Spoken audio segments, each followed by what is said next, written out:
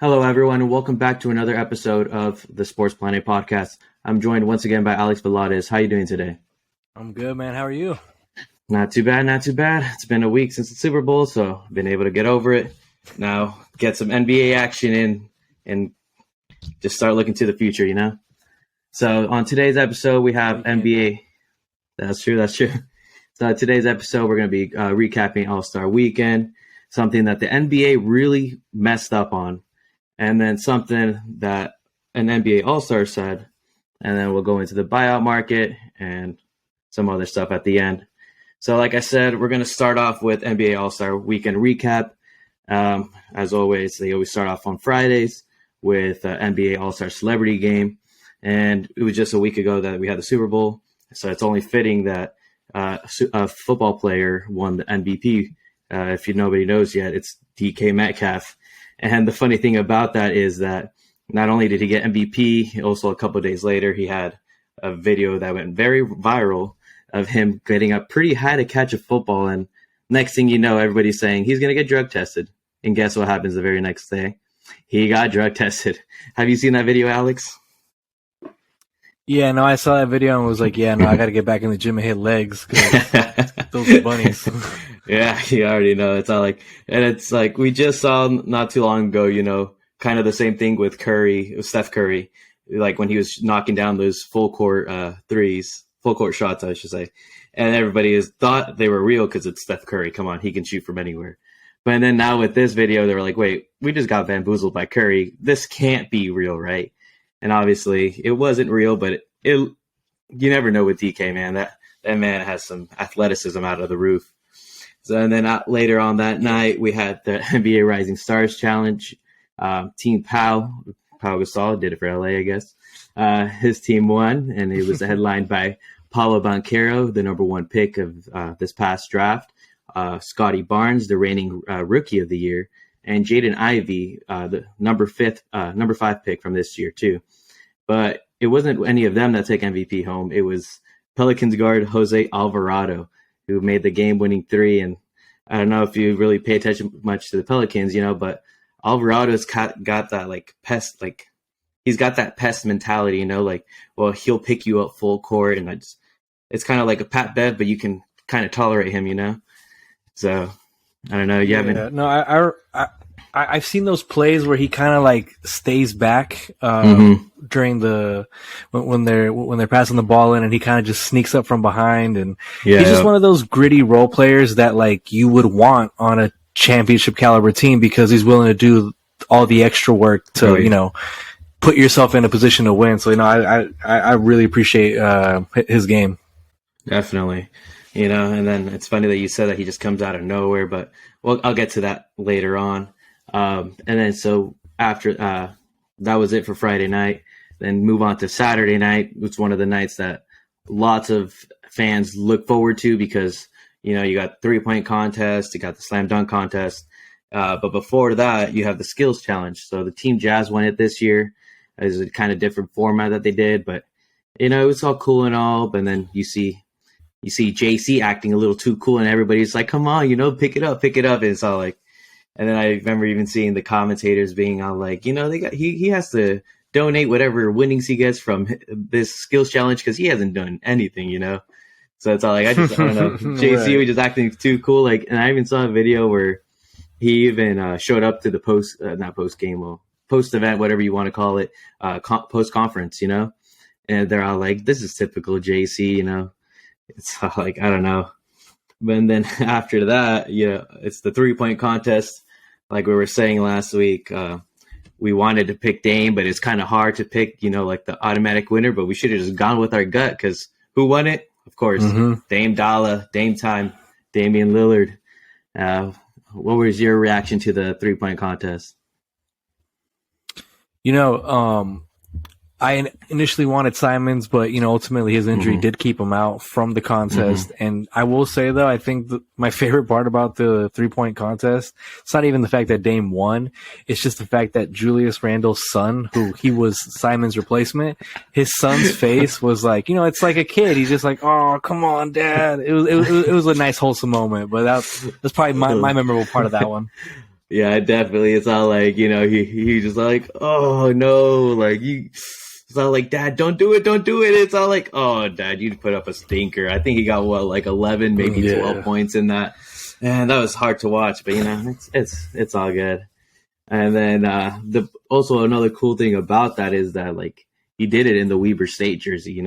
He spent 4 years at college there, and it's all like the college is about 30 miles away from Salt Lake City, like the arena, and that's why I think it was like a nice little homage piece to the school that did want him. Because if you follow basketball, you know that he was really highly recruited, so he's always had that underdog mentality, and I just like that he threw it back.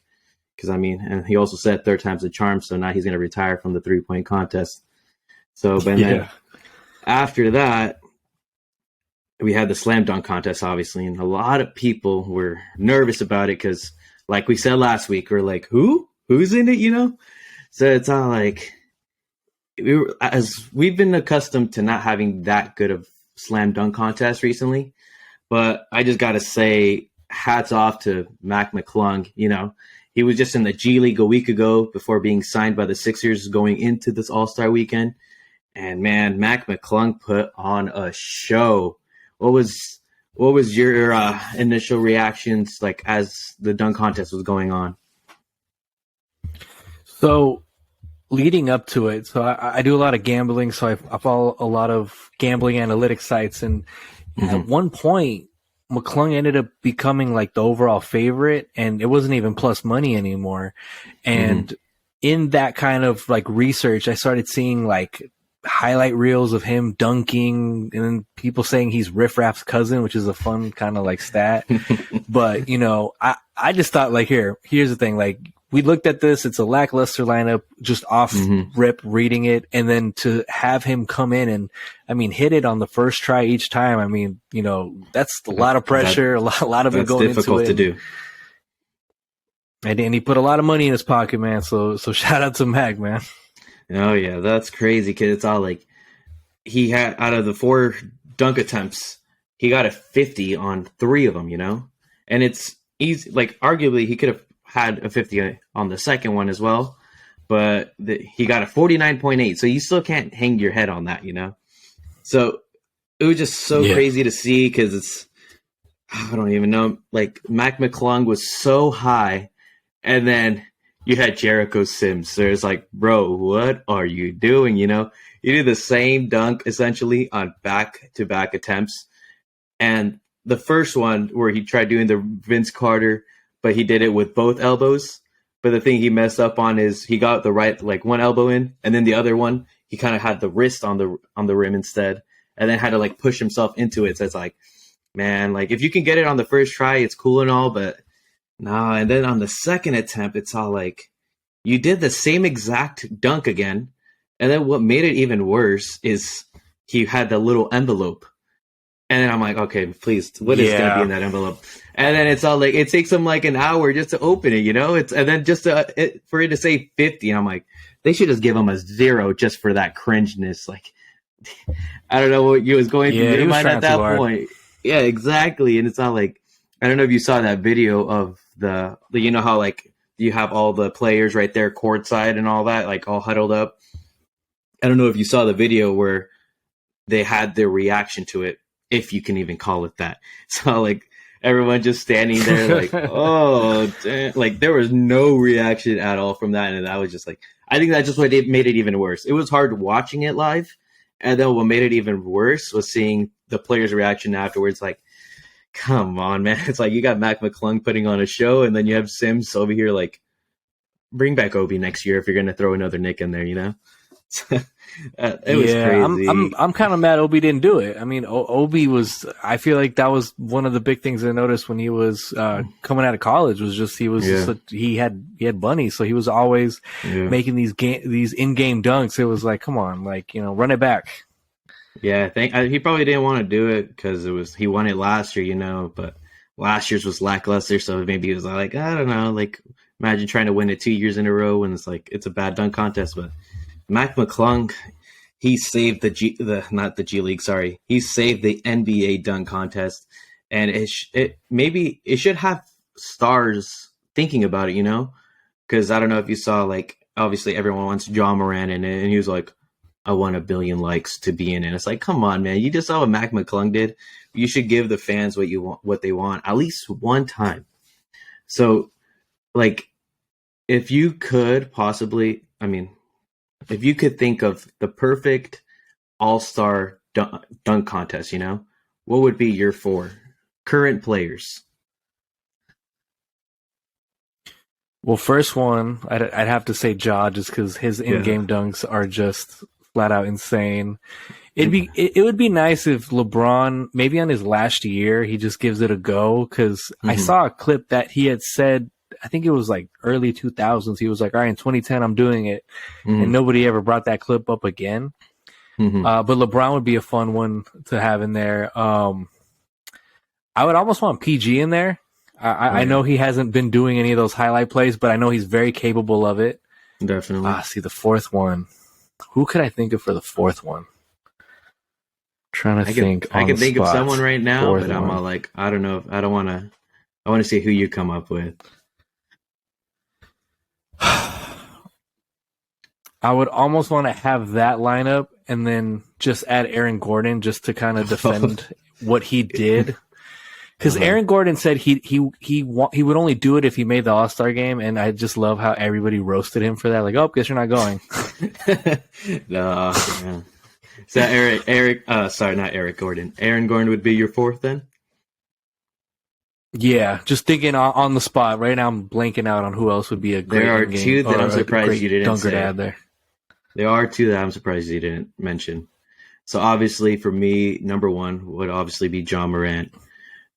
A second person, I wouldn't put LeBron just at his age now, maybe if it was 2010, maybe, but I don't know. But he's still a great in-game dunker, but I'm just saying now, I don't know what he would be able to come up with. But I'm really surprised you didn't say Zion Williamson. I feel like if he wasn't injured, Oh, man. Well, because he never plays games. I forget he's there sometimes. That's valid. That's valid. So that's why I'm saying Ja. Okay, let's just say they're all healthy, okay? So Ja Morant for sure. Yeah. Zion for sure. And then my 3rd, Anthony Edwards. I feel like this man got bunnies, I feel like he can get up there and put on a show too. Yeah. And then that's the thing. It's like the 4th let me one. not disrespect Ant-Man. We'll get to him later. But yeah, that's the thing. So the 4th one, I don't know, like now that you mentioned him, like Aaron Gordon, be a toss-up between Aaron Gordon or Zach LaVine, There's no way you could go wrong with that, but I'm just saying, if I could have the perfect 4 dunk contests like of this current NBA, I'd probably have to go with them 4. Do you think the slam dunk contest, if like stars just are not into putting themselves out there? Because I think part of it is the factor of like getting embarrassed now, because social media is such a big role in a lot of these guys, adolescents. So it's like they know that the tweets are coming if they don't perform. I mean, would you ever be opposed to like those dudes that like slam, like that just dunk for like YouTube, like to come on and just do a show? Like I feel like at this point, if you're getting a bunch of like, and again, not trying to be disrespectful, but like bench guys to come and, do these dunks to try to get exposure. I mean, I remember seeing a clip where Shaq watched, I think he was judging a dunk contest. Like it was just like a bunch of like, non-NBA players, and even Shaq was blown away because, they practice that all the time. So it's like there's more showmanship in that, but I'm sure the NBA wants to push their players at the end of the day. Yeah, definitely. Because at the end of the day, it's NBA All-Star Weekend, NBA Slam Dunk Contest. But I can see what you're saying though. I feel like they could do something like that, like how they do Celebrity Game and then Rising Stars Challenge. So they could kind of do like a little lead-in. You can do Celebrity All-Star Slam Dunk Contest. Obviously, it's just not going to be random celebrities that are just celebrities, and you want to see them fail. Like they're going to be actual Kevin Hart's people. Not doing the slam dunk contest. No, exactly. We want to be able to see people get up. I feel, that's the thing though. It's all like there's a good one. There's a different coordination though, because like from football to basketball, obviously DK can get up there. Yeah, but that's the thing. I don't know if he could be able to get up there and do like a 360 windmill. Maybe, but like. Dunking in game is different than dunking in the slam dunk contest, because you can get up there for a game, but if you're going to be in the dunk contest, people are expecting you to do something more than just getting up there. Yeah.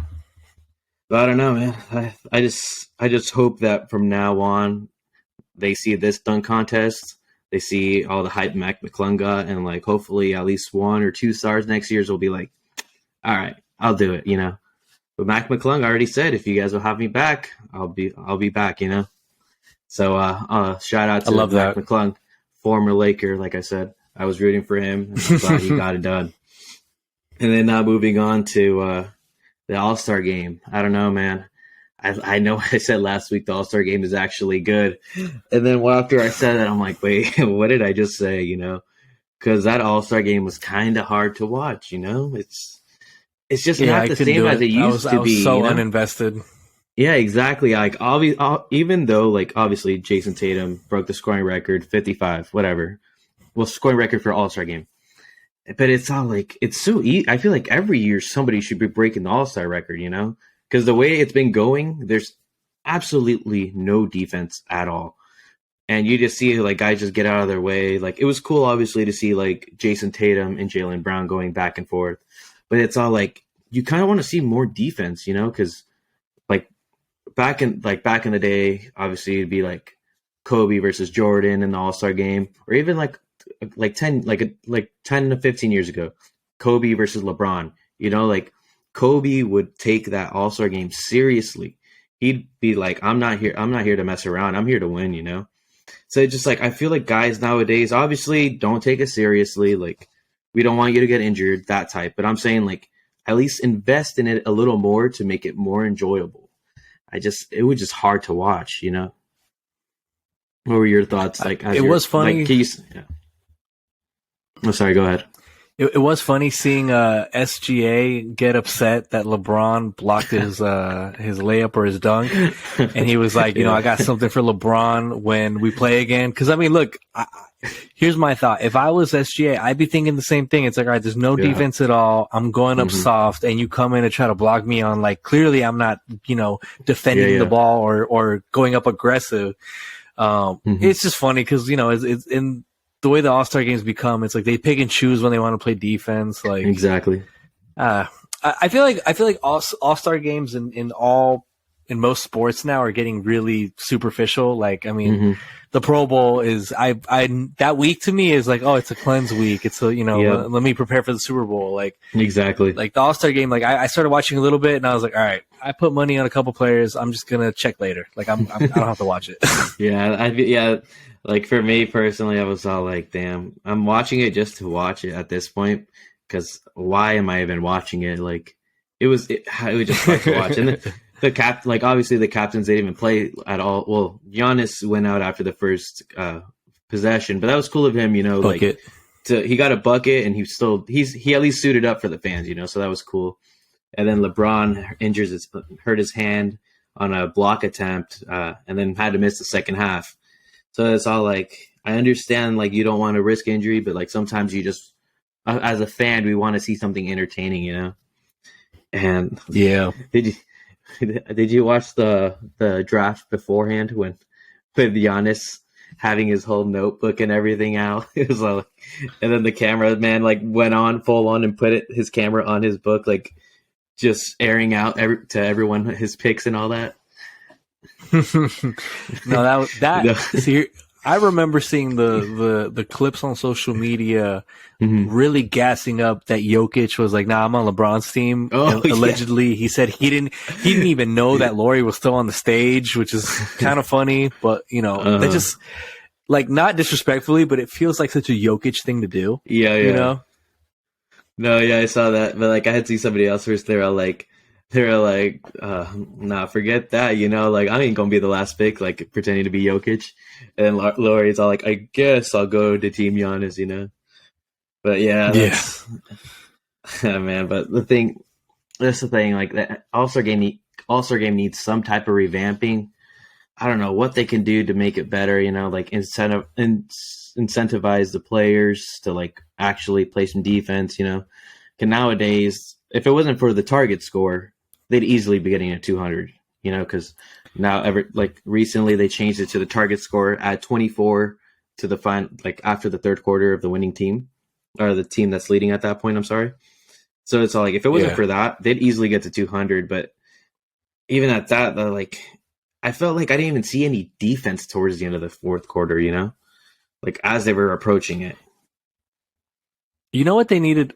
What they could consider doing Hmm. is doing what Major League Baseball does, where it's like the World Series team gets like the home field advantage. Like, you know what I'm saying? Like something I like think they took that. that away though. But anything else you have to say about the All Star game in general? Oh man. I don't know, man. Like it's tough because I'm sure, like you're saying, there's so much priority to health and resting Hmm. players, and they don't want someone to, really seriously hurt themselves at the Hmm. All-Star break. I mean, Definitely. look, even Luca had a comment when they asked him like, what's he looking forward to at the All Star weekend, and he was like, what on when I leave to Mexico after, like, Yep. It's they're not it's even invested in the game. They're just looking forward to that little a couple 3-day vacation afterwards. and they deserve it Uh, too. You know what I mean? Like, Obviously, yeah. It's a long because like season. I'd be excited the first couple of years, like, all right, yeah, All Star game, but then I'm like, Hmm. yeah, I need to go to Turks and Caicos for a couple of days, Yeah. unwind, and then get back to this long 82, finish this 82 game season. Yeah, because the All Star game right now in February, and for a lot of the players, they're not. They're obviously All Star game's cool and all for them. It's another accolade to add to the resume. But if they're gonna get to their goal, that means they're playing until June. So that's another 4 months Yeah. of like hardcore basketball. So like I don't blame like you said, Luca. I don't blame it at all for thinking about taking a little vacation. They deserve it. They work hard. So it's all like, and someone like Luca is definitely thinking about playing in the through June for the finals. So sometimes if you just need to get away, you need to get away. But I don't know, the like how we said though, it's been tough to watch. And one of the things that also made it tough to watch, like basketball, like the basketball game aside, was seeing how horribly the NBA messed up, by honoring Karl Malone. And the thing about how the NBA messed up, it's like Karl Malone, okay, you can say whatever you want about his NBA resume, all time 75 greatest player, whatever.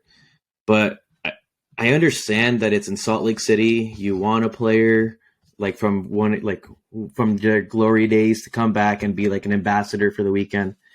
But I don't know, man. It's the fact that they had Karl Malone as a slam dunk judge, and then they honor him during the All Star game. It's just crazy to think because I don't know. Trigger warning for anyone that might be watching. It's just crazy how much they messed up because back when Karl Malone was in college, he was 20 years old, and he allegedly raped his 13-year-old neighbor, and not only that, he impregnated her.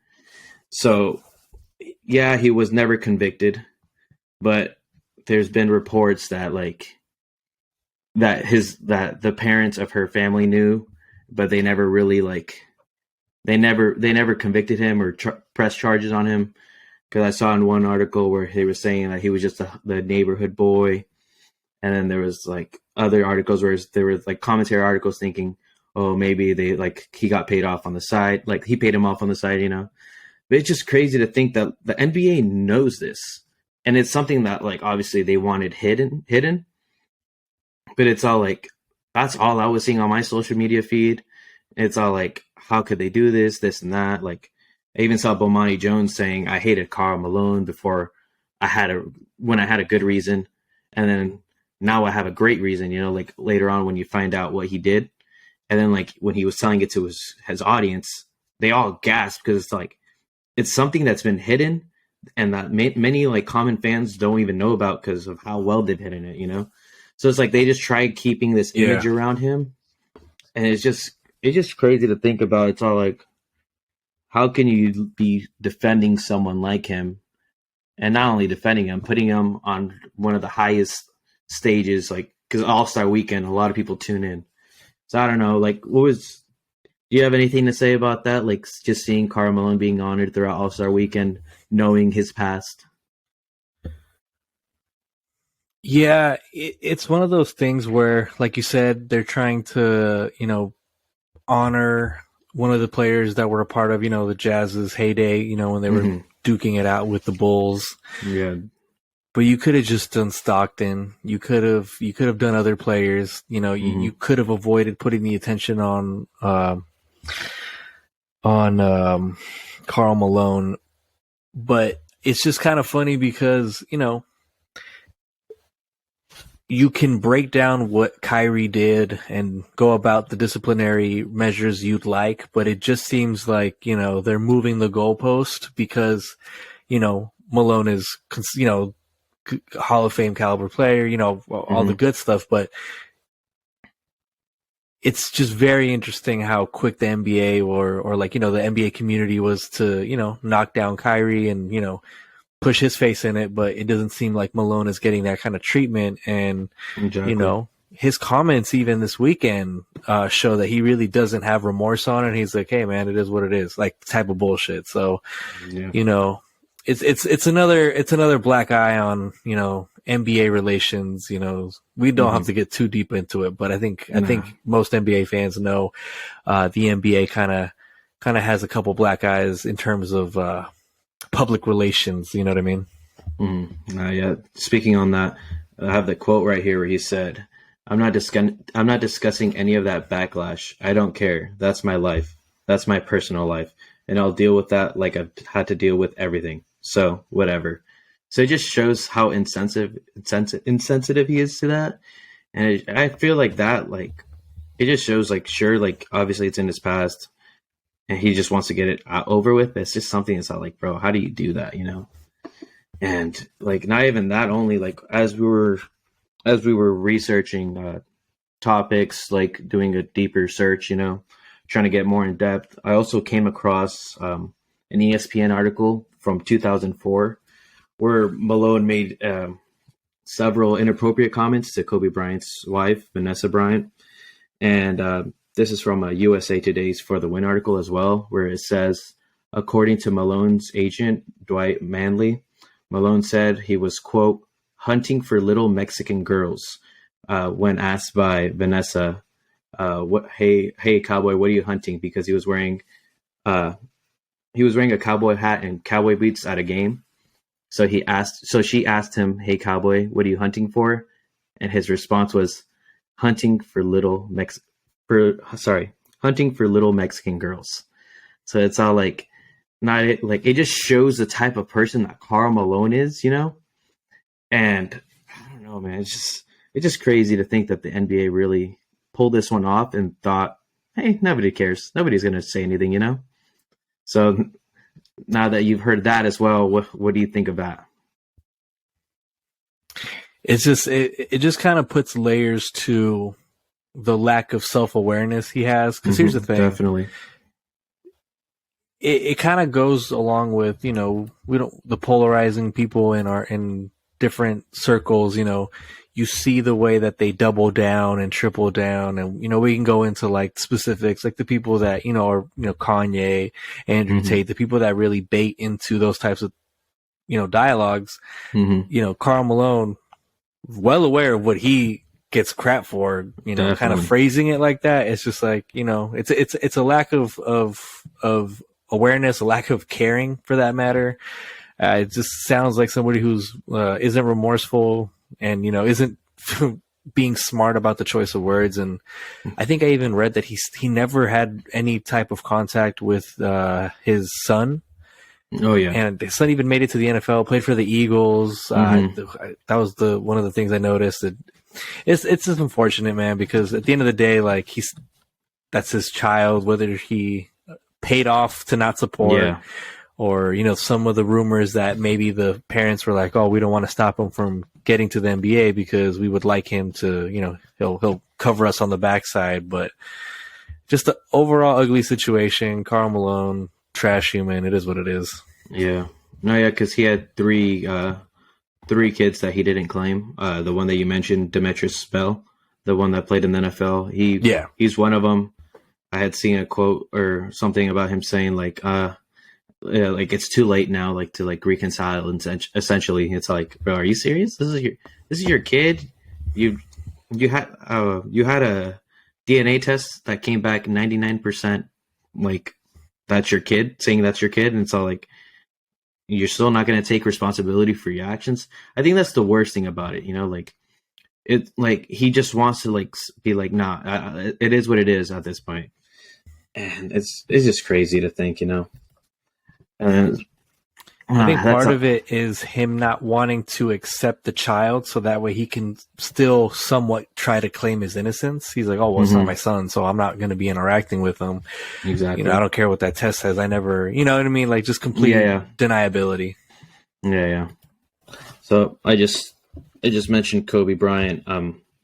But so moving on, I'm sure a lot of people have heard this quote before, where Vanessa has talked about Kobe not wanting to sit out games, because right now we're in that era where anybody will take a day off just to rest, and I remember Vanessa would tell Kobe, you're pretty injured, like, why don't you take a game off?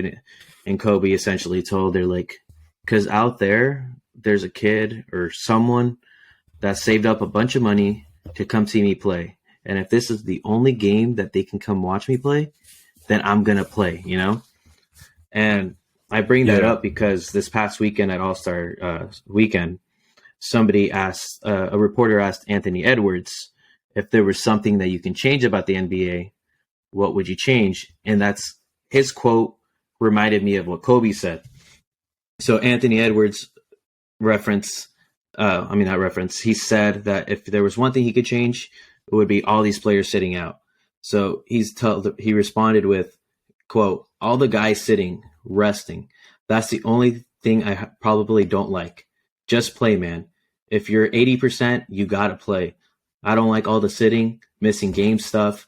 These people might have enough money to come out to maybe one game, and that might be the game they come and you're sitting out, and the crazy thing the crazy thing about that, this guy's only 21. But, he understands that, like, if you're healthy, you should play. Because, as me personally, as an NBA fan, I hate seeing all these players sitting out. If you're injured, I understand. But it's all like, dude, it's just crazy because, like, they're right. Like, what if that one person or that fan, like, especially like a family, like you have a little kid, they really want to go see their favorite player. The parents save up a bunch of money, they show up, and the player's not there. Like, what was your reaction to that Anthony Edwards quote? So, I always like to kind of hear former NBA players kind of chime in on things like this. Mm-hmm. And Richard Jefferson came out with a story that I think really kind of encapsulates everything of what, Kobe was about and what Anthony Edwards is talking about. So Richard Jefferson, growing up, they weren't financially stable. So when it came to one of his birthdays, he was a huge David Robinson fan, living in, I believe he was in San Antonio. If it is in fact, check me, or David Robinson was supposed to come to town or he was at home, whatever it is. It was his birthday. His dad saved up the money he could, bought one ticket for Richard Jefferson to go to the game, and his dad then went to a local bar by the stadium or the arena, and was like, "All right, you go in and watch the game. I'll come grab you after." And Richard Jefferson literally talks about how, I remember that moment, and when I made it to the NBA, David Robinson was in his, last couple seasons in the NBA, and I thanked him because I remembered that moment because I didn't have the opportunity to go to very many NBA games in my youth. And, the one game that I was able to make it, I was able to see one of the players that made me really appreciate the game of basketball. And, I understand the side of like resting because, analytics and the data shows that, you're trying to prevent long-term injury. You don't want to wear and tear your guys, but I'm with you. I mean, I've always kind of been of if you're healthy enough to play, you go play. And that might be just, growing up playing football. That's always been the mentality. Like, you break a finger, you tape it up, you go back out there. Yeah. But I think there's such an emphasis on kind of the research of like, oh, you know, you need to have scheduled days off or load management, you know, when you talk about those types of conversations. But, you know, at the end of the day, I agree. I mean, I love that Kobe was so about that, you know, especially, you know, that's why his passion made so many fans, and, you know, the Mamba mentality meant so much more because of him willing to do everything he could to perfect his craft, be there, you know, be in attendance, you know. So I'm with Anthony Edwards, man. I feel like some of these scheduled rest days, and, you know, it's, if it's just because it's a scheduled day. Yeah, man. Like, I understand. I support Kawhi. I love Kawhi. I think he's a great player. This load management, you know, if there's serious problems with his knee, as we've seen with Lonzo, sure, you know, take the scheduled time off. But if this is just some tactic because, you know, longevity, it's like, yeah. You just want to be fresh for April, then come on, man. Yeah, because I understand, like you mentioned Lonzo or like Kawhi's knee. I understand if it's like something that like you really needed to, like help you out, not long term, but like just to help you out with the injury you're dealing with. But like I feel like someone like Kawhi like just takes advantage of it, you know. Maybe they're not telling the public the full extent to how bad his knee is, so that he really needs that time off. But I feel like it'd be better for them to just come out and be like, his knee is not 100%. Obviously, he's had a bunch of surgeries on it. This is why. But it's all like, I feel like they just try keeping everything hidden, and that's what makes it worse, you know. A couple weeks ago, we had the NBA trade deadline. So obviously, now that it's past the deadline, past All-Star weekend, this is usually the time where the buyout market starts becoming a hot topic, you know. And one of the main player, or not the main player, but the player that's probably at the top of the list of the buyout market, in my opinion, was Russell Westbrook. You know, obviously he got traded at the deadline from the Lakers to the Utah Jazz. There was a little bit of who knows what's going to happen. Are they going to buy him out? Is he going to stay? But eventually he got bought out, and now he's on the Clippers. What was your initial reaction to seeing that when Brody came back to LA? Yeah, it's funny, you know, he left the crypto.com arena and he got right back. Yeah. I thought he would have ended up, you know, somewhere else, maybe, you know, the ring chasing kind of thing. And again, like, the Clippers are, you know, definitely a team that, you know, if they stay healthy, could be, you know, one of those sneaky teams out west. But I thought he would stay away from the Clippers for the matter of what he was experiencing in LA, just because of, you know, the media was just being real foul and, you know, kind of picking on him. And, you know, you have his wife coming out and saying these comments like, oh, I don't know how to explain to my kids that, you know, all these terms that these anonymous NBA reps are saying. But I mean, look, he stays in LA he's from LA. He doesn't have to move his kids. I mean, it makes a ton of sense, and he gets a chance to shove it to Laker Nation on the games that they do get to play. I mean, I'm hoping he gets the opportunity, because it just, you know, it didn't fit with the Lakers. I hope, you know, he finds a place with the Clippers, and, you know, PG and Russell are reunited once again. They're reunited, yeah. And they have their next opportunity on April 5th when the Lakers and the Clippers meet once again. So, I mean, obviously that's going to be a critical game for the Lakers. They're coming down the stretch. They need every game possible. But if that's the one game where Russ just cooks them, I'm not even going to be mad, because I thought the Lakers did him dirty. So I'm like, he's going to show up and he's going to show off for them, you know? Like how you were saying, he's back in LA with the media. I don't think he's going to have that same attention, you know, because like what we were talking about last week, that playing basketball is one thing, but playing basketball for the Lakers is a whole other thing. So the Clippers, obviously, they have their stars in Kawhi and PG, but they don't get. I don't think he'll be under much scrutiny as he was with the Lakers, because here everybody's waiting for them to fail, you know, like LeBron and AD trying to create a super team last year with Carmelo, you know, Dwight Howard, you know, like some of the members from the 75 team. But it's all like, I feel like Russ will obviously he's still going to be in LA, still has the media, but I feel like he'll be able to come out of his shell even more and be able to go back to the Russ from maybe even like not the OKC days, but have some form or version of that, you know? Yeah.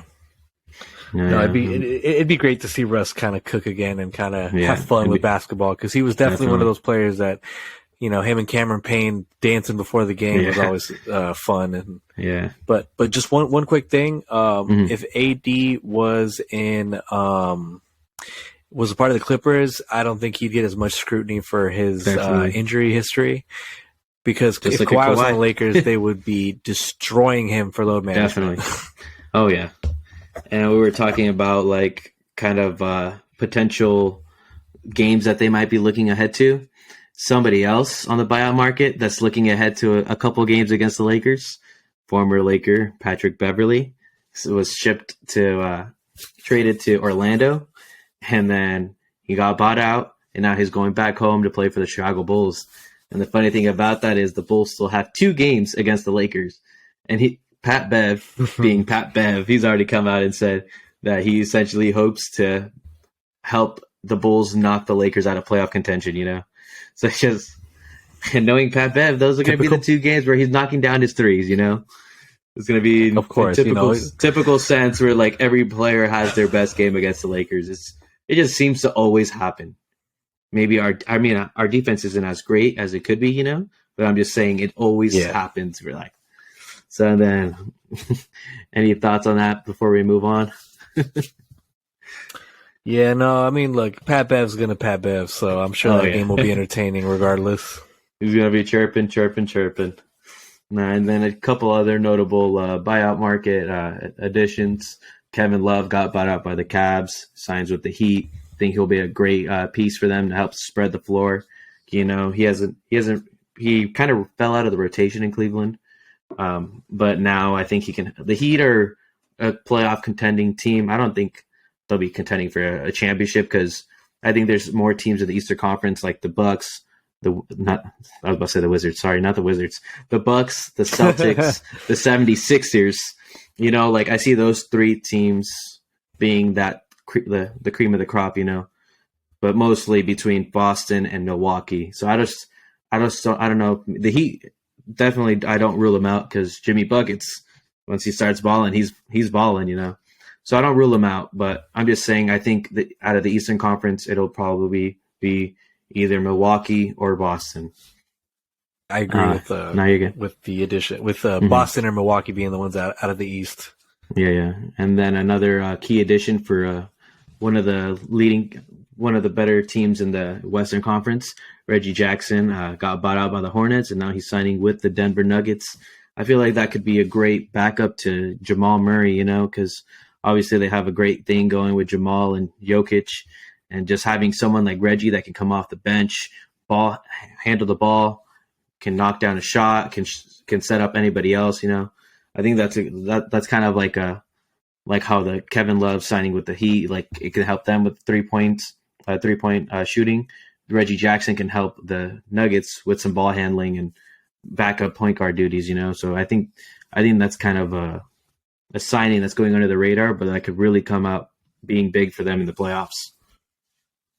And then, especially like in those late game rotations, you know, having Reggie Jackson come in and kind of offset Murray, or you know, kind of, you know, maybe not, you know, obviously not take the scoring that Bones would do, but like, you know, he's veteran, savvy. It's exactly the type of addition you want to add for that late push.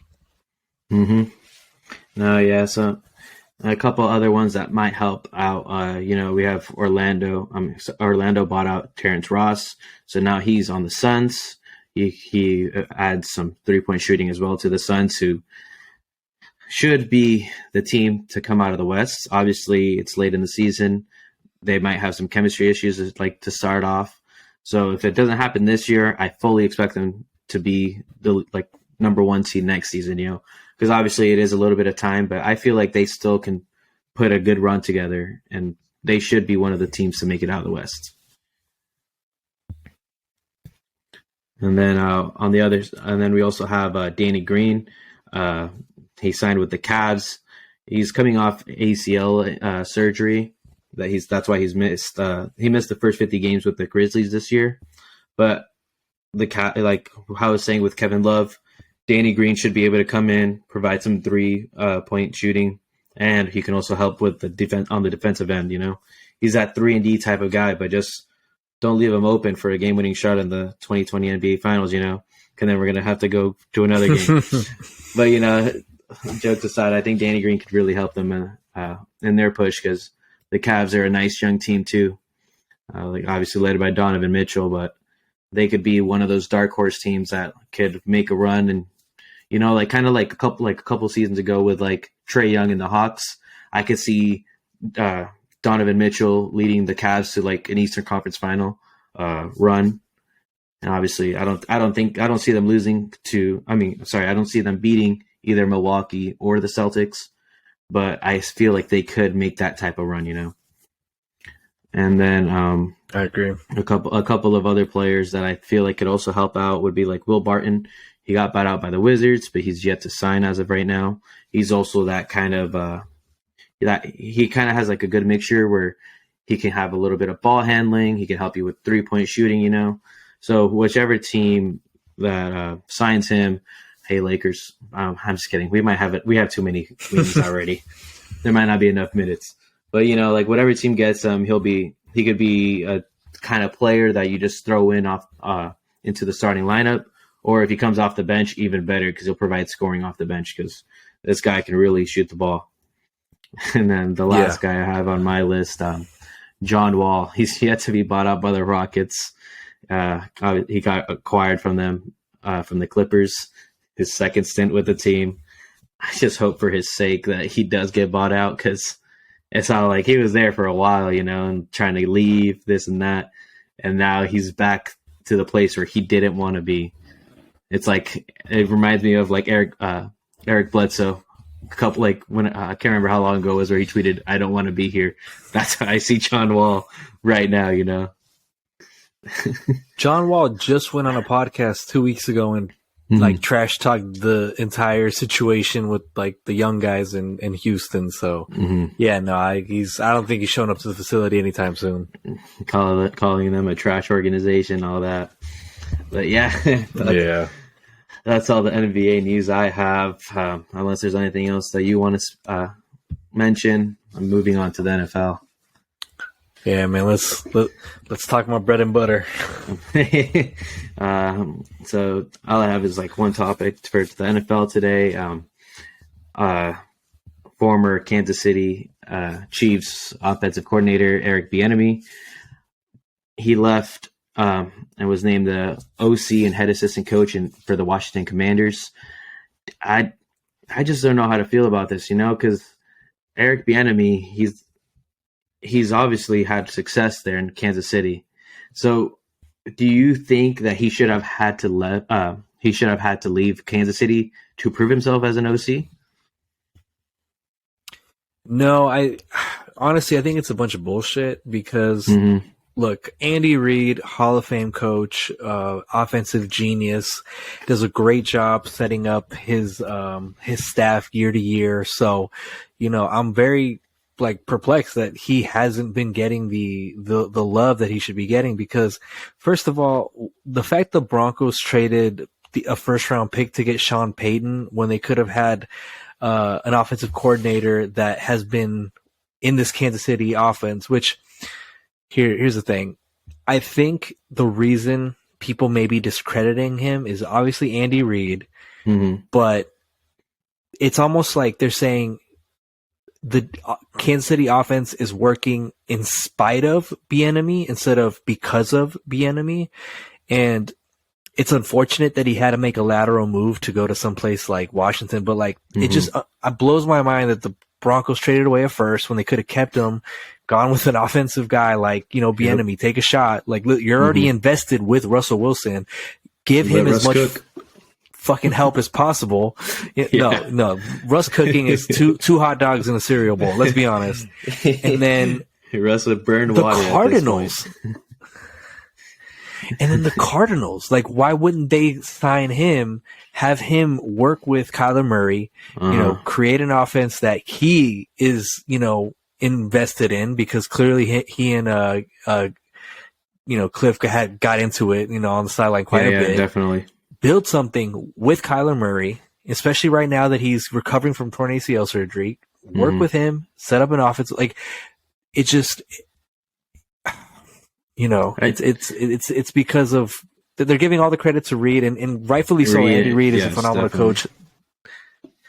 But the fact that he has to go to Washington with Sam Howell to try to prove that he can create an offense it's a tall order. If I was him, I would have stayed with Kansas City and just ran with the rings for a while. But he should be in Arizona, and he should be in Denver. That's my opinion.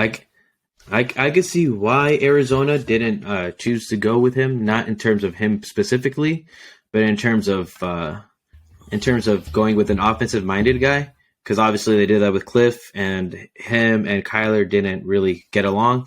But obviously, like, that's what you think of when you think of the Cardinals. You think of Kyler Murray and them being an offensive, not juggernaut, but an offensive-minded team, because they have Kyler Murray, they got Zach Ertz, they got DeAndre Hopkins.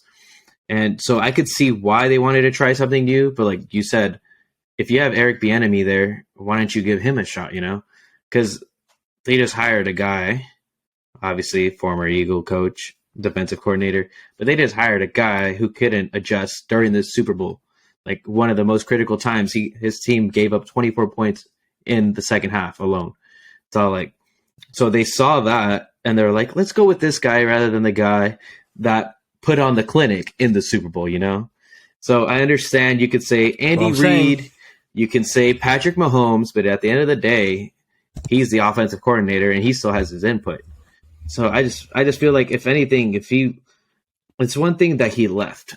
It's a whole other thing that he left to Washington. I'm like, you couldn't have picked, I don't know if he picked himself or whatever, like if that was his only option, but I feel like if he was going to leave for another offensive coordinator role, he should have left to another better position, because like someone, I'm not just saying this because I'm an Eagle fan, but like an Eagles type team, because we already have all the pieces together. We have the vacancy in the OC position. That could have helped him prove that, like, I did it with Patrick Mahomes and I'm going to do it with Jalen Hurts. Or if the Ravens wouldn't have filled their position so quickly, he could have gone to the Ravens and been like, if Lamar Jackson was still there, I did it with Mahomes, I did it with Lamar, And then, like how you said, the Broncos too, they could have used them as well. But I don't understand this whole trading your picks away for a coach. It reminded me of like when the Clippers did it for. It's like when the Clippers traded for Doc Rivers like 10 years ago. I was like, bro, you can trade for coaches? Well, first of all, you can trade for coaches? That's weird. But then second of all, it's like, you're putting in your future into a coach. Not even like a player that, obviously a coach, he's kind of lays the foundation. But it's not even like he can fully control it out there like a player, So that's just, when I saw them trade picks, like a first rounder for Sean Payton, I'm like, this better work out, because this is just going to look really, really bad. You're trading away all these picks, not only for Russ, but you also did it for a coach who hasn't coached in a couple seasons. So it's like you're putting all your eggs in one basket that you better hope it works.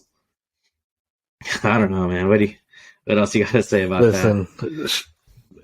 Edwin, my brother, love him, but y'all have to win a championship, because y'all gave this man a lot of money. Y'all gave up a first round pick, which we all know first round picks, they're not guarantees, but you're sure as hell getting your pick of the litter in terms of getting some of the better offensive talent early on in the first round. I just think it's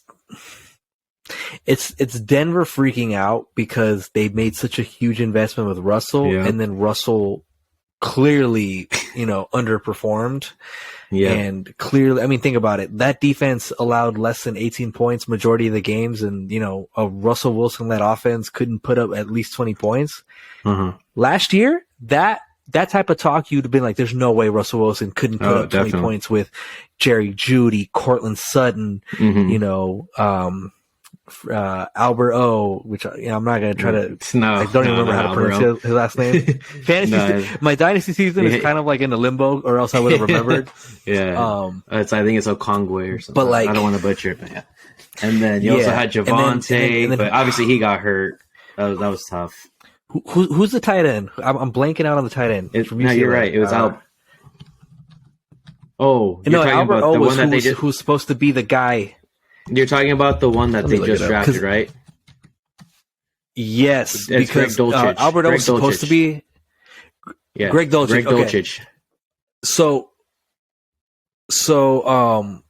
Albert O was supposed to be the guy. He ended up not being the guy, but Greg Dulcich ended up being like a total stud, ended up being like a great guy with Russell Wilson. But, I mean, look, Eric Bieniemy, I think, would have solved all the problems, and you would have kept a first-round pick. I just think when you're that invested in an asset in terms of like Russell Wilson with that contract, you have to make moves that don't take away resources. Love Sean Payton, but no, I don't think any coach is worth the first round pick. To me, it's just crazy. It's counterproductive. Yep, I agree. I don't even think I traded first for Andy Reid, and it's not anything against Andy Reid. I just don't believe in losing assets for a coach that you could just sign. Yeah, exactly. I don't know, man. That's all I have to say about this. What about you? Eric Bieniemy, I hope if the Commanders suck it up in the first couple games and Ron Rivera gets canned, maybe that'll be a shot at being a head coach. But really unfortunate that he has to go this route because yeah. It's crazy. Out of the past couple seasons, he's just been overlooked. I want to say there was about 13 coaches that have been hired within the past couple seasons while he's been interviewing as well. And the 13 coaches being first-time coaches, So it's crazy because this guy has proven success and he's still getting overlooked. It's crazy just to think about it. But yeah, man. One last thing.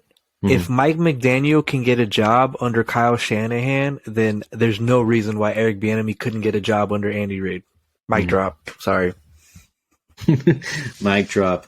So now moving from the NFL to the XFL. This past weekend, XFL started up. It's been a while since they've been a league, but Dwayne "The Rock" Johnson came in, and him and his group came in to help save it. And it's actually obviously as football fans, we love the NFL. We want it. If we could have it 52 weeks of the year, we would have it. Obviously, that's not possible. That's crazy to think of. It would just be way too long of a season, obviously. But you ever seen those barbecue videos where they pull up the bone and the meat falls off? Yeah. That'd be the perfect. That's gonna be players' legs if they play 52 weeks out of the year. You know what I mean? Yeah. But luckily, we have the XFL now, which is actually looking like a pretty exciting game. Because there's some rules that they've tweaked to make it way more exciting, and a couple of them that I have I've seen are like the tiered point afters. So obviously in the NFL you have your point after field goal for 1 point, or you can go for the 2-point conversion. But in the XFL, they have, if you start from the 2-yard line, just 1 point. But if you want to go for the 2-point conversion, you start from the 5-yard line. And to make it even more interesting, if you want to go for 3 points, you start from the 10-yard line. It's just crazy because I was watching highlights of a game last week where I want to say the team was down 3-15, and there was only a minute 30 left. So they score the touchdown, make it 9 points. And then they went for that 10-yard line 3-point conversion to make it 12 points. And then on top of that, in the fourth quarter only, there's an option rather than doing an onside kick, you do a 4th and 15 conversion from your own 25-yard line. And I think that's pretty cool because, obviously, 4th down is already tough to convert on. So making it 4th and 15 to get the ball back, that's just crazy, So so this team went from being down 15-3 in a minute and a half left to 15-12 just because of those rules. And then they went for the onside kick, which is the 4th and 15, and they converted on it. And not only after that, they had enough time to even come back and score again. So it was like that kind of game where it was 15-3 with 1.5 minutes left. In the NFL, there's no way you're going to do that because 2-point conversions, not 2-point conversions, sorry. Onside kicks are really hard to convert. And then obviously every once in a while it will happen.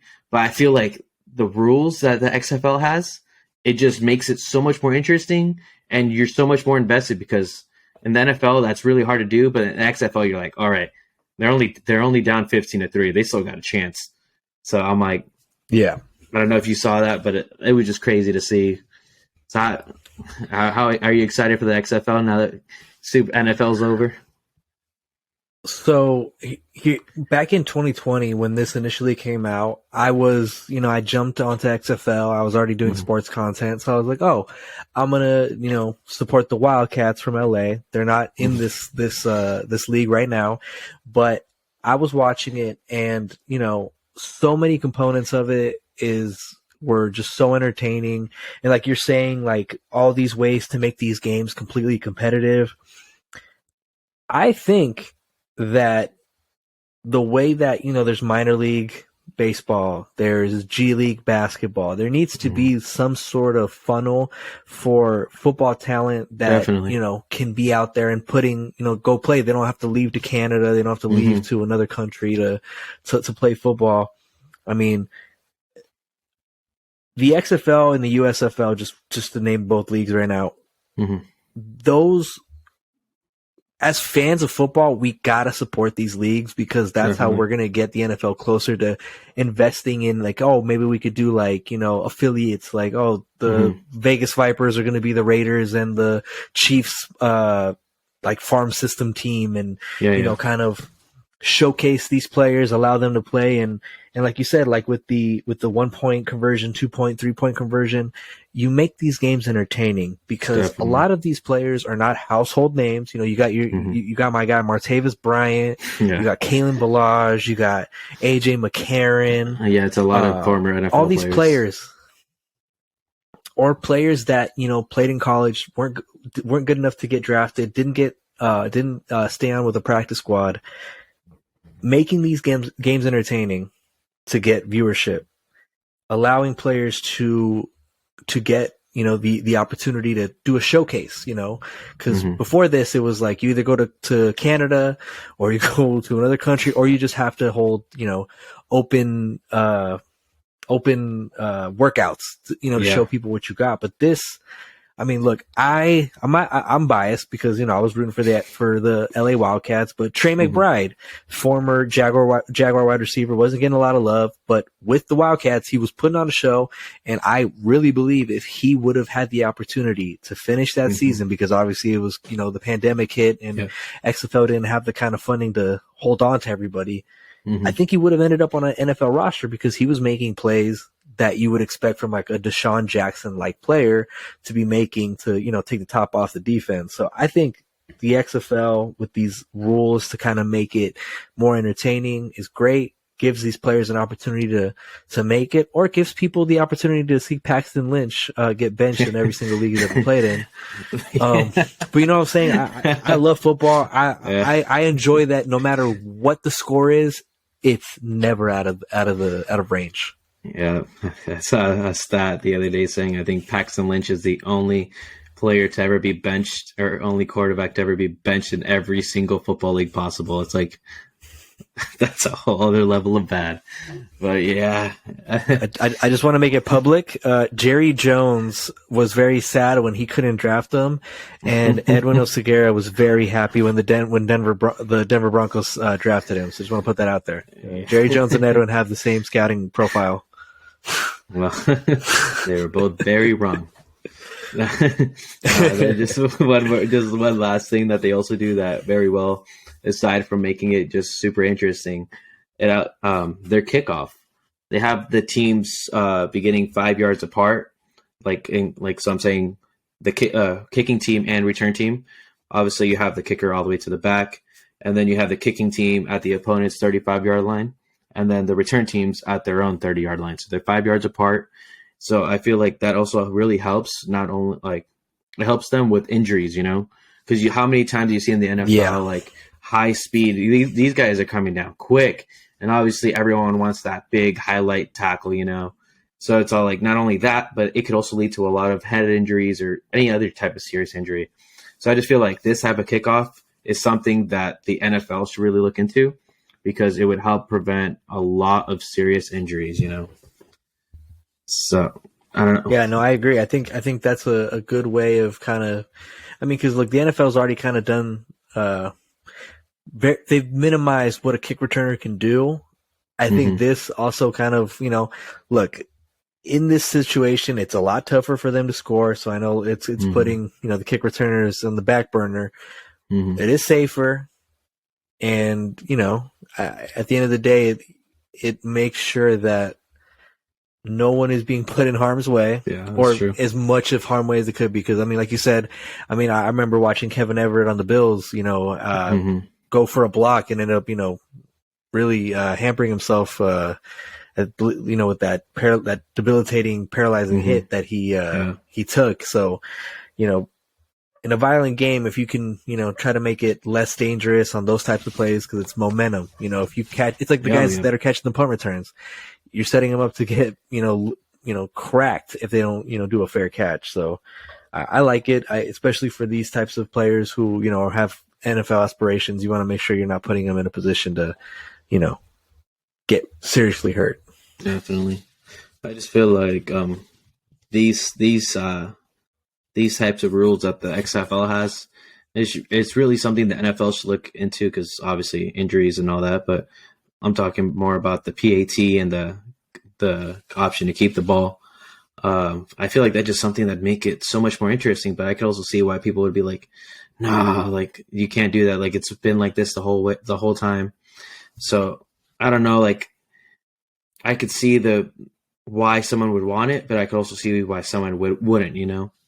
But I just feel like that's just something that the NFL could really look into and be like, if they don't, I won't be mad if they don't do like the tiered PAT, but I'm just saying like, imagine your team, instead of doing an onside kick, they can convert on a 4th and 15. I'm just like, obviously I'm like, the Eagles aren't going to do a QB sneak on the 4th and 15, but we can like still have something to look forward to, because onside kick, someone could still get injured on an onside kick, but seeing a 4th and 15 rather than that is so much more exciting as a team because it's all like you're already nervous for your team to like convert, and imagine once they do, you're like it puts even more pressure on the defense.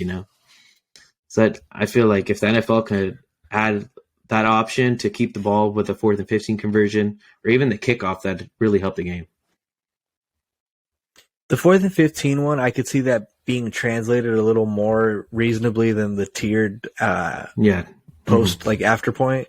Just because, you don't want to have it be that like fluid where like someone could really catch up. Like for the XFL, you need that excitement, but like, for the NFL, if you have like a 3-point conversion, I just feel like the NFL is so deep with Vegas and gambling that they'd either love it because it would just make totals very sketchy play, or they'd hate it because it's a lot harder to gauge as a bookie. Yeah, imagine that you're it's 15-3. What's that? 12 points. Imagine you have the spread at like 3 points, and you're like, there's no way they can make it. And then they have this whole tier system to like overcome it. You're like, wait, weren't they? They were just about to win 15-3. How the hell did they come back? So that'd be that's something to think about as a bookie. But yeah, like how you said, that's really hard to think of. But yeah, man, I'm really looking forward to seeing how this XFL turns out. I hope it doesn't go under, because like as a football fan, you just not only do you want to see more football throughout the season, throughout the year, but you also want it to see some good football. Like so if this can turn out to be a great project. Like you said, like you were saying earlier, maybe it could become an affiliate league to the NFL where it's kind of like the farm system. So I'm just really excited to see where the XFL goes from here. And yeah, man, that's all I have for today. Anything else you'd like to say? Support the XFL. It's free football after the NFL is done. So support it and let's have football year round. Well, why does football get to be played year round? Why can't football be played year round? It's because football is the number one sport in the world, regardless of what other people want to say here. Obviously, yeah, no, I agree with you. I'm with it. I'm with it. I will say though, I still only watch World Cup, but I definitely understand its world importance and I hate when people say it's called soccer because it's like all the U.S. soccer teams are FCs, which is football clubs. So football club, yeah. It's not really soccer. It's only soccer here. Everywhere else in the world, it's football or football. Sorry, America. Exactly. Everywhere else where they have seasoning, they call it football. Yeah, exactly. They have seasoning. No. Right. I think that's where we're gonna leave off for take off for today. Thank you once again for taking the time out of your day to join Sports Planet Podcast, Alex. And to everybody else who watched or listened, thank you for taking the time out of your day to support us. And we'll see you guys on the very next episode of the Sports Planet Podcast.